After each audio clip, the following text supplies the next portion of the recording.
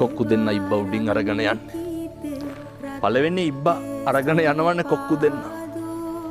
හැතැම්මක් විතර යනකොට ඉබ්බ මොකද කරන්නේ? ඉබ්බ කියනවා මේ පල්ලා හිටපු මිනිස්සු වගේ ඔච්චම් කරනවා ඉබ්බටනේ. ඉබ්බේ කුඩි යනවා කියලා. ඊට පස්සේ ඉබ්බර මිනිස්සුන්ට දොස් කියනවා. ඉබ්බ වැටිලා මැරෙනවා. දෙවෙනි ඉබ්බත් ඒ විදිහටම අරගෙන යනවා. මේක බොහොම හරි අටලෝ දහම ගැන උගන්වන හරි අපූර්ව පාඩමක්.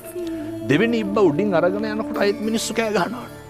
ඉබ්බ තව ටිකක් අර කෝටුව හයියෙන් අල්ල ගන්නවා. හැතැම්මක් විතර ගිහිල්ලා ඉබ්බ අහනවා කොක්කුන්ගෙන් යාළුවනේ මං හොඳයි නේද කියලා. ඒ ඉබ්බත් වැටිලා මැරෙනවා. මිනිස්සු පුරුදු වෙන්න ඕන ජීවිතේ මේ නින්දාවෙදිත් ප්‍රශංසාවෙදිත් කටපරිස්සම් කරගන්න. මිනිස්සු නිරන්තරයෙන් හිතන්න ඕන කාරණයක් තමයි මම පිට කරන වචනෙන් කවුරු හරි හිතක් රිදෙයිද?